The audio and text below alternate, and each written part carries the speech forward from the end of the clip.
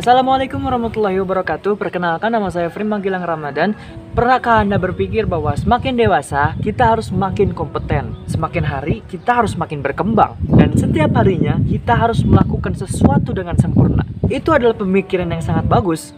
Itu adalah pemikiran yang harus dimiliki oleh setiap orang.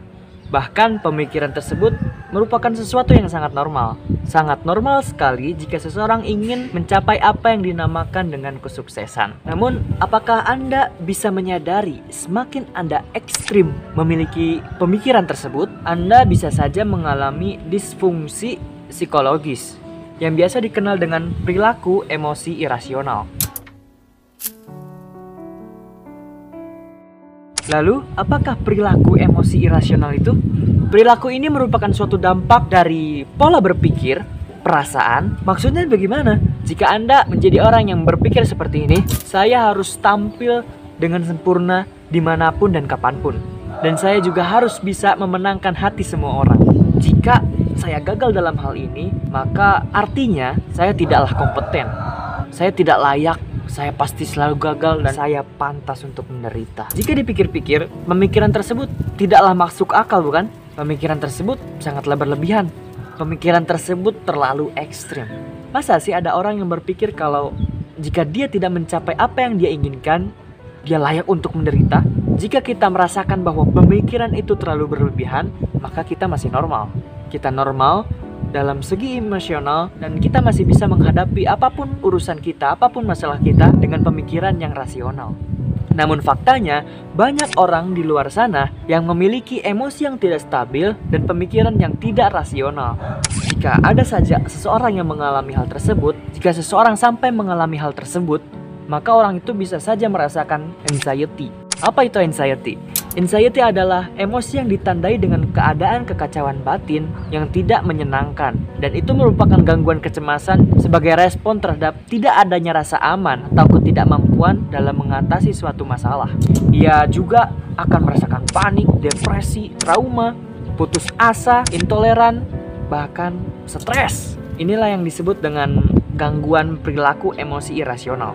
Maka dari itu, ada seseorang yang bernama Albert Ellis, seorang psikologi psikoterapis yang mengemukakan suatu terapi yang disebut dengan Rational Emotive Behavior Therapy atau terapi perilaku emosi rasional. Maksudnya apa? Apa itu terapi perilaku emosi rasional? Terapi ini adalah suatu terapi yang bertujuan untuk menyelesaikan masalah, juga untuk membantu seorang untuk menjalani kehidupan yang lebih bahagia. Terapi ini mengemukakan bahwa seseorang bisa saja memiliki keyakinan yang salah pada dirinya. Keyakinan yang salah tentang situasi yang sedang mereka hadapi. Pada intinya, dilakukan terapi ini merupakan upaya untuk memperbaiki kesalahan dalam penalaran seseorang sebagai cara menghilangkan emosi yang tidak diinginkan. Menurut Albert Ellis, seseorang yang bermasalah akan mempunyai suatu sistem kepercayaan yang penuh dengan keyakinan pada dirinya yang tidak rasional.